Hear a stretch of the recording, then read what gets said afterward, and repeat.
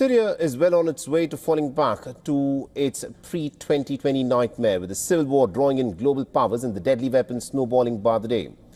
The death toll has shot up beyond 700, and tens of thousands of people are already displaced. The gloves are off, the crisis is nosedived, and the worst, it appears, is still yet to come in Syria. And our next report gets more details.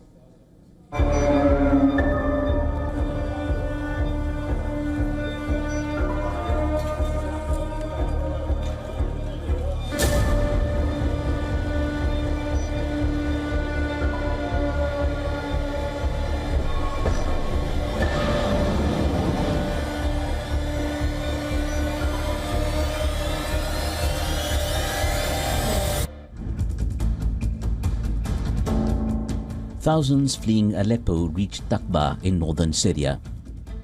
Vans and tractors carrying those who'd fled their homes dotted roads leading to the city, with tents being set up in the town.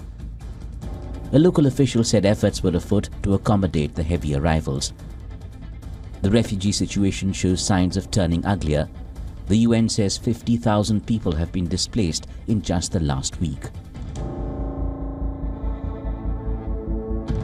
The autonomous administration opened 2 centers to receive them, and after that they will be sorted into accommodation centers in schools. There will be other plans to shelter them.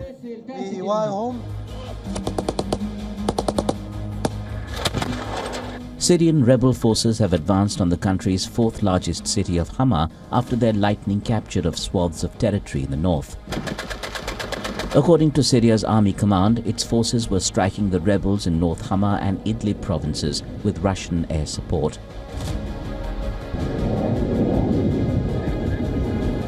The Syrian Observatory for Human Rights said the rebels are now at the gates of Hama city and that the rebels have shelled some neighborhoods. Hama was a bastion of opposition to Bashar al-Assad's government early in the civil war, and its capture by the rebels would pose a threat to the regime's popular base. Iran has said it will consider any request from its ally for troops. Russian President Vladimir Putin has called for a speedy end to the offensive in Syria. The Kremlin says Russia, Iran and Turkey are working closely towards reaching a solution. Russia's ambassador to the UN has accused Ukraine of aiding the rebels and training them for combat operations in Syria. Ukraine's geographical proximity to Syria has been frequently pointed out. Kyiv has hit out at the Assad government in Syria for recognizing Moscow's annexation of the Crimean Peninsula in 2014, claiming that Ukrainians were also being targeted on a nightly basis by Iranian-designed drones. The Russia-Ukraine dimension jumps out.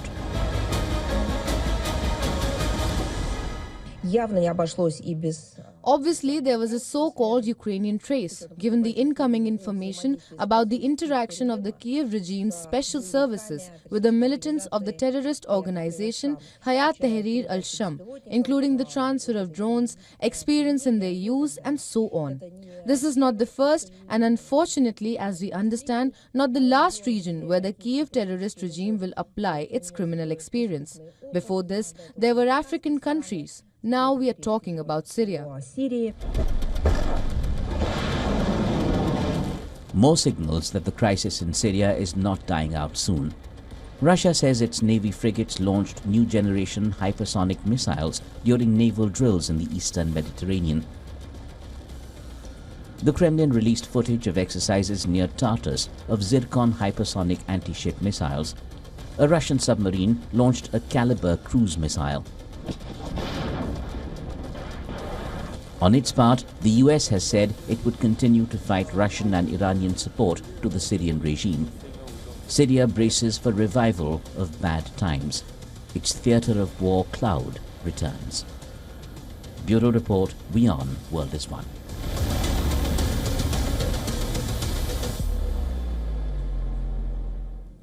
All right, now to help make sense of what is happening at this moment in the Syrian civil war, we're being joined by Mr. Hanno Klink, who's a former Deputy Assistant Secretary of Defense for East Asia, is joining us live from San Juan in Puerto Rico.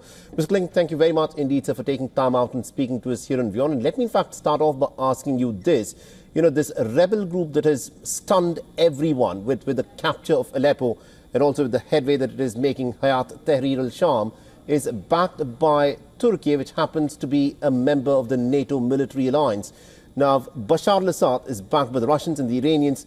How do the Americans, in fact, look at what is happening at this moment in Syria? Is this now also becoming, like Ukraine, another proxy war? Well, thank you very much for having me today.